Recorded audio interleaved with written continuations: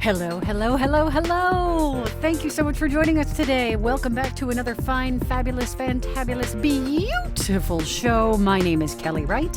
And I'm James Ernest, and we're here all week coming to you from the twin epicenters of podcasting professionalism, Seattle, Washington, and Las Vegas, Nevada. How are you, Kelly? Nevada. I'm good, thank you. Feliz Thank you Nevada, Kelly. Feliz Nevada. Happy 42nd state. That's a wild guess. I'm good. It's been a crazy couple of days with work, but I don't know if you experienced any issues today. Today, the AWS cloud hit the bottom hard, and that's right. Yeah, so there was a lot of issues going on with a lot of systems, and so the communication, the video conferencing stuff that we use at work, forget it. So it was a rescheduling nightmare for those involved. So any meetings that were happening, nope. Most of the people couldn't dial in. So I did nothing this morning except play Animal Crossing and make bacon. So yeah, I didn't have to interact with the internet until actually just now. Oh, okay. Yeah, because I know it was, it was Disney Plus and Netflix and Ring. And I know that the Alexa Echo stuff in our house wasn't able to grab information. So imagine it, you're big. up all night, you're watching the Beatles, George leaves the group, and then bam, your internet goes out. There's no telling what happened way back in January of 1969. The answer is Nevada became the 36th state on Halloween, 1864. That's appropriate. Ooh, spooky Nevada. So spooky. Well, it's time for our opening segment, Conversation Starter, sponsored this week by Tony's House of Christmas. Tonight's Conversation Starter comes from a list of holiday questions from goalcast.com. What is the coolest gift you've ever given someone, and why? Why? And why? I don't get the and why, but elaborate, please. Coolest gift. I think the coolest gift I've given was a all expense paid trip to New Orleans for the jazz festival. I surprised my then, at the time I was young, I was 21, 22, had been working and saving some money, and I was dating someone, and we were engaged, and he liked jazz music, or was just starting to get into jazz, and I bought him a 1969 Fender Jazz Precision bass and flew us down to New Orleans. Wow. So yeah, it's a nice How'd trip. that work out? The relationship did not continue on about a year later. However, that was the first time I had visited New Orleans, fell in love with it, and have visited many times. I am sad to say I have never been to New Orleans, and I have wanted to, but just never had a good enough reason. Maybe someday they'll spread my casino game in a Louisiana casino and invite me down to inaugurate it or something. I don't know. That would I be don't great. know what would get me down there. So what was the gift that you gave?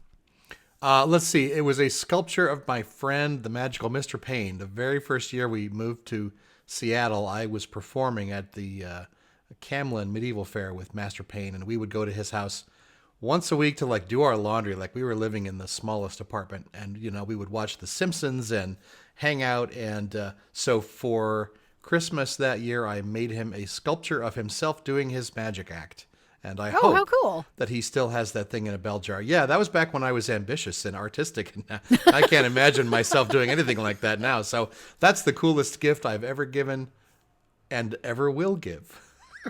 What was the medium you used? Clay or Sculpey? Yeah, I made it in Sculpey. Oh, you did use Sculpey. Okay. That was when I learned that you don't want to do a wire armature for a Sculpey Mini, because the wire can expand so much when you bake it that it cracks if you're going to multi-bake it, you're going to cook it more than once. And I did that. I did layers on this thing. The dry stuff I would put in, the cooked stuff, and the wire would expand enough to crack it open. And then I would have to fill in those cracks with the next pass and so on. So yeah, that was a learning experience. But the end result was magnificent. And as I said, I hope it still exists. I haven't been over to his house in a while now. That's awesome. I hope if you can get a picture, I would love to see a picture of said sculpture.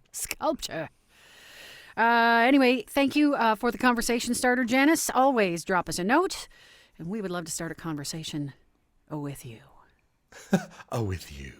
With you. So, James, a couple of things going on in the news. Big. Oh, Big tell old me about the firing. news, Kelly. Catch me up because I have literally been staring at the wall, and by the wall I mean Animal Crossing. Tell Not me a what's problem. happening out there in the big wide world. All I know about is there's some new flavor of COVID.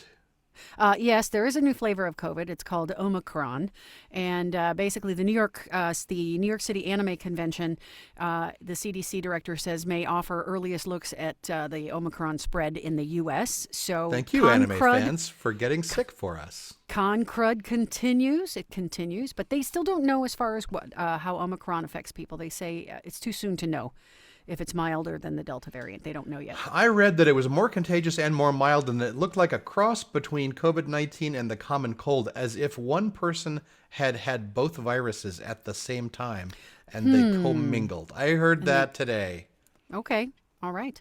from a Okay. very reputable source, the internet. You know how that The is. internet. You know, I find all my facts on the internet. Facts and feelings, folks. Better.com is big in the news. The CEO fired 900 employees over Zoom. And it was basically like a 3-minute Zoom call. Vishal Garg is the CEO of Better.com, which is, I believe, a mortgage company.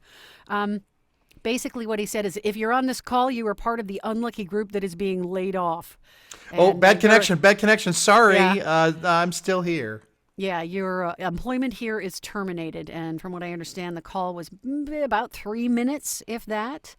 And Was he on the call? Because technically, that He would was mean on- he's eliminated also. no, he was on the call. He was the one who delivered the message. And God, that he's sucks. I think you remember you were there when we got laid off from company that shall not be Oh, named, yes. and it was Oh, like, yes. we could smell it coming a mile away. We were like, Mm-hmm. "Hey, everyone, there's a surprise offsite lunch today, and everyone's invited. Step away from your desk right now." And I was like, "You know what? I'll be there in 20 minutes." exactly. That's where you Form keep a your, single file line by the copy machine. Yeah, that's Everyone where who you keep- finds a silver dollar under their chair right now, you still have a job. Everyone else, Yeah. please line up by the wall. If you have the yellow envelope under your chair, you get to go into conference room B. Yeah. B is for belonging here. Hey, Oh. free lunch. I got a free lunch out of it, and on a free afternoon. I can't ask for more than that. Yep, we were able to go back to our desks and collect our personal belongings. However, all the access to our computers and anything had already been shut off. IT was working hard. In the Yeah, server I room don't know to why, shut but I everything down. smelled that coming so hard. I was downloading my computer all morning. Like, I was just like, yeah, you can't ban me from this. Good luck. Bye. Yeah. Have a nice I have- lunch. I have done that in the past. As far as if there's like really good letters I have written where I really like the layout and the message, I will save those because it's something that I've crafted and I like to go back and refer to them when I need to do that. Or if there's been some charts that I have used that have been super helpful in regards But they're to not like, planning. it's not really that they're trying to sabotage you or steal your personal information. It's that they Mm-hmm. don't want someone who's angry to use that moment of freedom to torpedo their Of own course. internal system. Of And course. I think they let me and probably you also back at our machines at some point because they knew we weren't going to do that. We're just like, yeah, whatever. I got some stuff on mean- here. I I got mean, I was- Facebook games on here and stuff. Like, Yeah. let me have that. I was the office manager at the time, so it's like I had a big responsibility in regards to this layoff. Even though I was part of the layoff, it was my job to shut down the business. It was my job to take Oh, God, inventory that's- with what a IT. job. Yeah. Yeah. to take Meanwhile, inventory I hadn't done anything productive in 6 months. I was like, "You're finally getting around to this. Congratulations!" But I mean, yeah. That was a weird summer too. That was like the summer of double pay. It was weird. I mean, it I've was never had one of those. summer. It was good. It was good times. It was like we called them gardening hours. That's what we did at work. We're like, we're coming in for gardening hours. That's what we're doing. Oh God. Anyway, he laid off 900 people. He said he felt like he was being stolen because there were people who were only like working 2 hours a day at home and they were lazy and unproductive. This is also the same CEO, Vishal Garg is his name, where he has been involved in controversy before by Forbes. Forbes obtained an email that he sent to his staff in 2020 that says, "You are too damn slow. You are a bunch of dumb dolphins. Stop it, stop it, stop it right now. You are embarrassing me." He sounds like he's level-headed. This is why you should never pay someone based on time on device. I know that's how like everyone does it, obviously. Like people get paid by the hour to sit in an office and stand in each other's cubicles and have conversations about who knows what. Like if you and I guess it's not easy to do project-based economies, but if I'm doing the work you need me to do and it's getting done on time, it shouldn't matter if it takes me 6 minutes or 6 days. Like You set the deadline and you set the goal. I met the goal and right. the deadline. Our company doesn't make time at desks. Our company doesn't make frustration and Facebook surfing and solitaire. It makes products. If we make those products, we win, right? Exactly. But it's still the old mindset of I don't want people sitting at home doing nothing when I'm paying them. But it's like the work is getting done. We have proven it over the last 2 years of people working at home that it does work. Yeah, that's for sure. It does work. So to Vishal Garg, whatever. Also, another big thing, not in the news, but from my aspect, Krampus was celebrated. Krampusnacht. The Feast of St. Nicholas is celebrated in parts of Europe on December 6th, but on the preceding evening of December 5th, Krampus night or Krampusnacht, the wicked hairy devil appears on the streets. So is that when the Japanese come and bomb Pearl Harbor? What night is that? I keep forgetting. No, that's the 7th, I believe. Is that today? That's the date is that today. will live in infamy. Yes, that's today. But Krampusnacht was December 5th going into the 6th. So not sure if you were aware of what Krampus is, but he's a horned anthropomorphic figure in Central and Eastern Alpine folklore who during Christmas season scares children who have misbehaved. So blessed, happy Krampus. Long before I worked in the video game industry, I wrote a video game pitch purely as a joke called Run, It's Santa. And it was sort of like, wow, I'm blanking on the name, but what's that old ancient stand-up video game with 4 characters? Warrior needs food badly. What's that? Gauntlet is the name. It's Gauntlet. Gauntlet. It's called Gauntlet.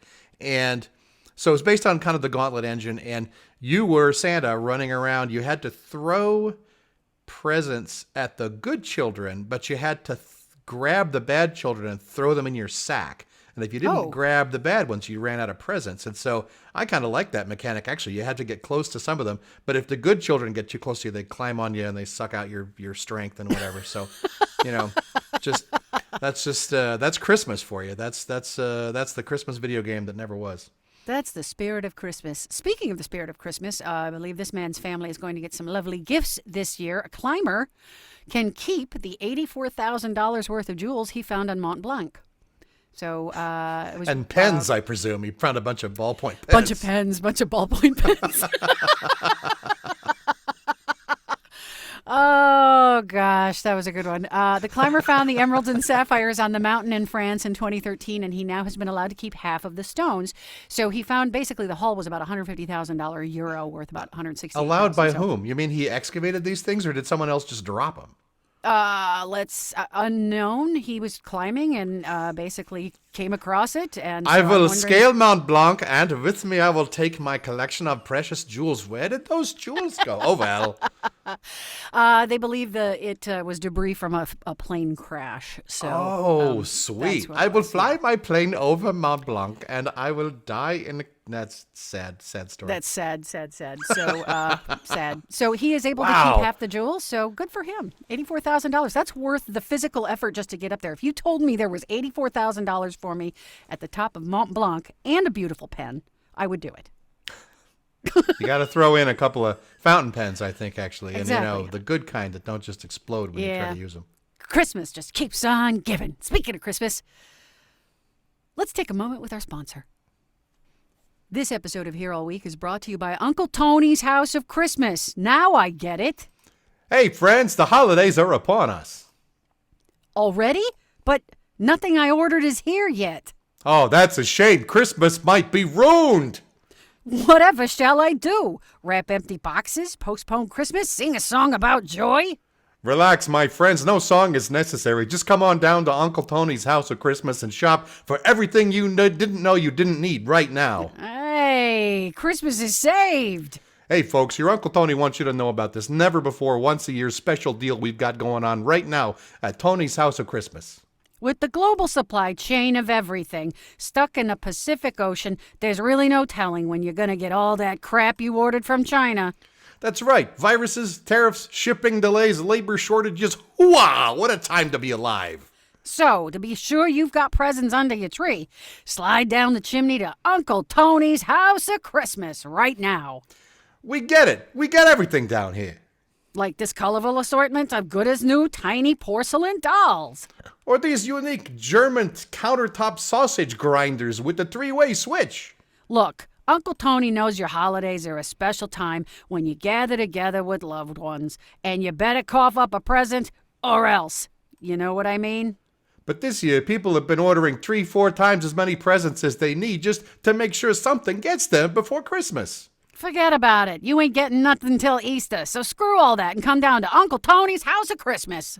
We got 12 packs of bright green toothbrushes, some 16-inch Italian claw hammers, and 6 fashion shades of blunt-nosed bicycle seats. Yeah, Uncle Tony has boats in the Pacific right now working deals with the stranded cargo ships and breaking down the loot like you've never seen before. But forget about where it comes from, because at Christmas, everything comes from the heart. Am I right? Exactly. Like these heart-shaped pie tins with rare monograms like QCX and JKZ. Or these personalized B-sharp pocket knives with interesting names like Aloysius, Geraldine, and Farrar. And these prices? Don't get me started. Find an advertised price anywhere on any of this stuff. You can't. It's not there. Where else are you going to get these hand-stitched moccasins in virtually every child size for less than $5 a shoe? They don't always match, but who cares? They're hand-stitched.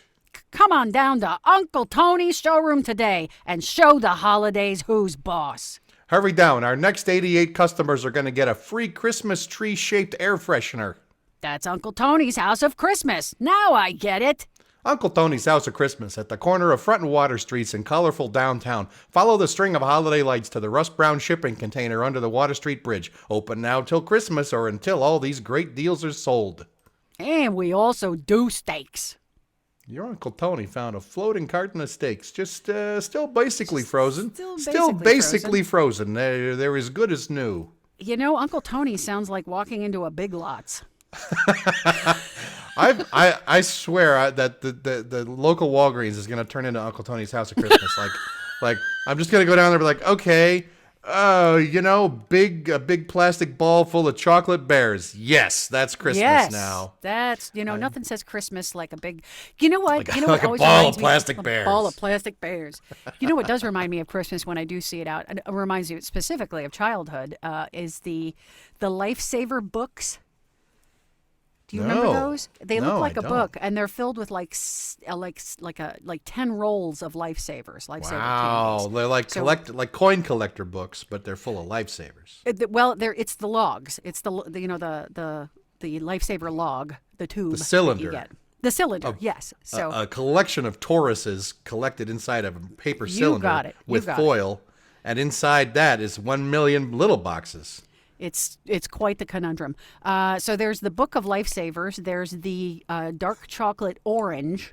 You that must you not smack read on from the table. book of lifesavers. There's also the candy cane that's filled with like M&Ms. That reminds me of childhood. Oh yeah, that sounds good. There's that. So, do you have your tree up? Have you started that yet? I don't know. See, I'm in Vegas right now. I don't go back till the 21st, and so I think my tree is going up, but I'm I not didn't know if- sure. Carol is busy with a real live full-time job. You know what this is like. She has I a know. work from home job where she, I guess, works from home like all day. So I don't know when we're getting a tree. And they'll probably send me a picture. Nora is actually opening her advent calendar and mine. She got a Playmobil advent calendar, and I got Oh, a nice. Lego Star Wars advent calendar. So she's sending me a photograph of every model every day so that I can be a part of the joy of Christmas from far away. I'm dadding from home. Oh, good. Tell me about what Lego figures you have already, since it is December 7th. What came? There was a stormtrooper in a baby carriage yesterday. Remember, there's the Playmobil stuff and the Lego stuff. They're being displayed as a unit. Today we got some kind of Imperial troop transport. She's like, I don't know what the ship is, and I guessed correctly and sent her the sort of larger Lego model of the same thing. What else? I don't know. Little princess, little Playmobil princess, and I think there was a Razor Crest, but at the scale they're doing these micro scale models, it's really kind of Right. hard to tell. Right. That I might don't be a know. Razor Crest. Especially as you get older, it's a little harder to see the tiny ones. A No, good no, friend of mine. I'm not having any trouble seeing them. They're just made with like 6 parts, is all I'm saying. Like, Oh, I see. at Okay. that scale, it's difficult to tell what larger ship they're Well, I'm emulating. There's just telling so you many as far as ships in the Star Wars universe at this point of now. course, I'm just telling you that with my eyes, I wouldn't be able to tell what it is anyway. Be it a razor crest or a crested razor, I don't know. Or a 12-pack of green toothbrushes. A good friend of mine by the name of Pro, he 3D printed me a Baby Yoda nativity scene. I'm so That's excited. adorable. I'm so So excited. do you have it now, or are you opening it one piece at a time? No, I have it. I have it now, and basically, what I'm working on now, because I've never had to deal with figurines from a 3D printer, so there's like support struts all over it. So They need to be trimmed. Yeah. I'm working on the trimming right now, and so then once the trimming's done, then I'm going to paint it. But there's, let's see, there's a bantha, there are 2 blargs, there's the pram and the child, there's a stormtrooper, there's a Mandalorian, and there are 3 wise porgs. So I have spoken. there's porgs. I love porgs. Oh, 3 there's little animals, the little 3 little wise porgs. Yeah, the little bird porgs that look like pugs. duck birds. Yep. So I'm thrilled about that. So I'm going to be working on getting the supports off of that. But I'm also prepping. Once we're done here, I get to run upstairs and start doing some laundry because I'm going to be down in your area in the next couple of days, coming down. That's with some right. You and I have a date friends. to go out and about in Las Vegas on Yes, Saturday. we do. Yes, we do. So I am very much looking forward to that. I need some sunshine. I heard it's cooler down there, though. It's hitting like Today maybe it's 63. been cold. It's been raining. So the interesting thing about the weather in Las Vegas is that when they say it's raining here, that's exactly the tipping point when they say it's sunny in Seattle. So like today it was dismally overcast. The sun barely came through the clouds. The rain fell, although it didn't stick very long. And yeah, it almost felt like a little taste of home. I was Oh. out driving in it. I went and got my shot today. I got my booster shot. Yeah. Down in Henderson, like 30 minutes from here was the closest appointment I could get, but I got it. There's How's that still arm a feel? sticker on my arm. Oh, you do have a sticker. Like, Look I at got that. shot. Yeah, look at But that. I don't know. I've been sneezing all week, so I don't think I still am. So I think the effects of the shot has been 0 so far. It'll be interesting. I will have to keep up to date with you to see if it knocks you out. I will be certainly recovered by Saturday. Don't worry about that. I hope so. There's a lot of B-roll we got to take. Oh yeah, won't We that got be that fun? B-roll. Well, Kelly, the annual Commerce Festival is upon us again, and what better time to ask ourselves, what do we really know about Santa Claus? Here are 8 holiday trivia questions about old Kris Kringle and his favorite time of year, one of which I know you'll get right because you already answered it earlier in the show. Oh. Question 1. Santa Claus is a mispronunciation of what kindly old gent of Christmas? St. Nicholas. St. Nicholas. In some parts of the world, Santa Claus and St. Nicholas are different people, and some cultures give gifts on St. Nicholas Day, December 6th. What do you instead know of about Christmas. that? How do you like that? There's Krampus right before that. Question 2. Santa Claus first appeared as a shill for soft drinks in 1915 in ads for White Rock Beverages mineral water, but his modern jolly likeness was cemented in popular culture thanks to 1930s ads for what more famous beverage company? That would be Coca-Cola.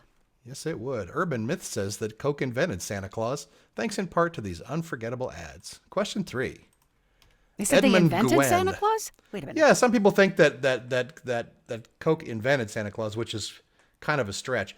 When I looked that up, I thought that the modern illustration of Santa Claus came Right. from Coke, and that's sort of true. Like the Okay, very all right. specific model that this guy used was a great looking Santa Claus, but he wasn't that far from the mold that already existed. Got it. Okay. Question 3. Edmund Gwen plays Kris Kringle in this heartwarming 1947 film about intolerance, cynicism, and shopping at Macy's. Oh, It's a Wonderful Life. Miracle on 34th Street. Oh, God damn it. Get your Christmas straight, girl. The film also featured Maureen O'Hara, John Payne, and a 9-year-old Natalie Wood. Natalie Wood. Yeah. Question Bad 4. Kelly. Bad Kelly. During the Victorian revival of Christmas, Father Christmas typified the spirit of good cheer, dressed in flowing fur-lined robes of red and green. This character also appears in Charles Dickens' A Christmas Carol under what name? He's under Father Christmas. He is the ghost of Christmas Present. Doing so good. Come in and know me better, man. Specifically, know Charles Dickens better, man. Question 5. Because they still have their antlers at Christmas, all of Santa's reindeer are technically what? Magic. Female. Okay. Male reindeer cast their antlers after the mating season. On Dasher, Dancer, on Comet, on Blitzen, there are antlers. They are all girls, even Rudolph. They're all girls. So it would seem. So, yes, magic. If you want to reverse engineer Christmas from, random science facts, yes. I believe Jeff Goldblum in Jurassic Park said, life finds a way. Life finds a way. That's what it is. All of our reindeer are female. The lysine contingency keeps them from making more magic reindeer during the off season. Question 6. In the 1994 comedy The Santa Claus, Tim Allen's character accidentally turns into Santa Claus. Why does this happen? I've never seen that movie. Never. Nope. You know what? Me neither. Okay. There is no answer. No. The answer I wrote was because he kills Santa Claus, but I think technically it's because he puts on the suit. Santa Claus is like on his roof in Thanksgiving for some reason. I don't understand this at all. And falls off and vanishes, and then Tim Allen turns into Santa Claus over the course of the following year. If it's the suit, or is it the Buffalo Bill style skin suit? No, it's the red, the fluffy suit from the outside, not the. I don't know. Yeah, are you worried about a size 14? Hey, are you about a size Christmas? Question 7. The Guinness World Record for the biggest gathering of Santa Clauses was set in 2014 in Thrissur, Kerala, India. How many Santas were there? 600,000. I don't know. That's the entire population of that state. So no, let's try again. 30,000. You're getting closer. The actual answer is 0 because Santa Claus isn't real. Haha. No, the number of people dressed like Santa was 18,112. Oh, okay. Well, that's going to happen this coming weekend in Seattle because it's SantaCon or Santarchy. Or Santarchy. Santarchy. Yes, Rich and I, we haven't done it in quite a while, but we would get dressed up and go join the SantaCon and Santarchy. And the rules are: you are Santa, I am Santa, they are Santa, he is Santa. Santa, Santa doesn't mess with kids, police, business owners, and other Santas. Bring cash, tip well, and wear your goddamn mask. And follow all the mask mandates now, yes. But right. he would dress up as Mr. Claus and I was Mrs. Claus, and we would hand out You know what candy. makes it really hard to wear a mask? What? A beard? big white beard. Oh yeah. But the good thing with Rich is since he's a redhead, he looked like a young Kris Kringle from all the little, the Christmas specials. So. All right, question 8. In Tim Burton's film The Nightmare Before Christmas, Sandy Claus is kidnapped by Oogie Boogie's 3 semi-competent henchmen. What are their names? Lock, Shock, and Barrel. Very good. For bonus points, do you know who voiced them? I know Catherine. It's not Catherine O'Hara. Is it Catherine O'Hara? It is Catherine O'Hara. Okay, You are 1 for 3. She did that. Paul Rubin. Paul Rubens is correct. Paul Rubens and I don't know who did the third one. Yeah, the last one is tricky because it's the composer of the music for the movie. Oh, Danny Elfman. Okay. It's Danny Elfman. Thanks for playing along with us tonight, Janice, and we wish you and your Sandy Claus a happy, healthy holiday. And don't forget to tell your friends to subscribe to Hear All Week wherever great podcasts are linked.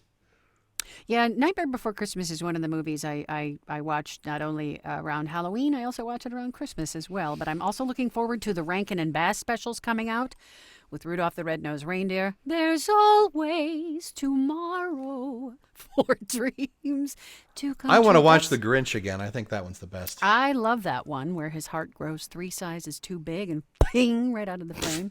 And Max the dog is my absolute favorite. When I was a child, I felt so bad for that little dog. But yet he stuck around. Well, that character was based on the sort of kick-a-dog characters from, like, the Porky Pig character in the Duck Robin Hood. Can't think of it, but you know what I mean. Like all those sort of secondary characters that get pooped on in the older And the Looney Tunes one? cartoons. And Yeah. like same director. I'm blanking on his name too because all I have in my head is these 8 questions of trivia. But yeah, they had done that a lot and they were really getting good at it. And Isn't that Chuck Jones? That's Chuck Jones. Super solid Yeah. enterprise. Yeah, I think that was the Chuck Jones era because with the Robin Duck and Friar Portuguese Friar Duck. Friar Yeah. Duck. But yeah, that was the one with Yoicks and Away where Daffy Duck would just Yep. swing. Still cracks me up. I don't know why, but it's Yoicks and Away, Yoicks and Away, Yoicks. Anyway, He's very persistent. He keeps swinging into trees and he keeps hitting more trees. And he's like, surely that's the last tree. Exactly. Of course not. Classic Looney Tunes humor.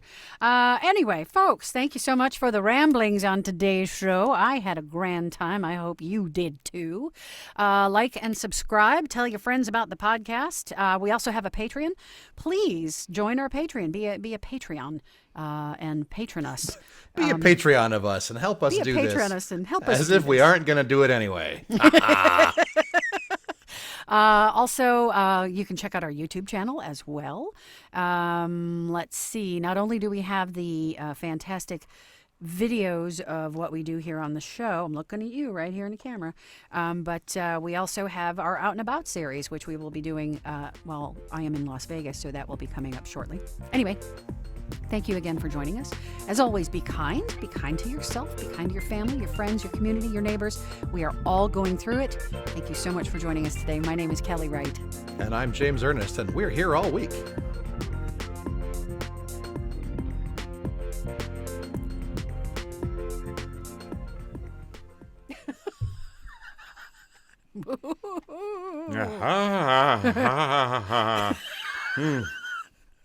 He doesn't. He doesn't do anything. Folks, on the video, it's winning stuff. This is award winning. I might just fade right past this. You don't know. This might You be don't know. gone forever. You don't know. know. Will it be rock or paper or scissors? You don't know. We don't know.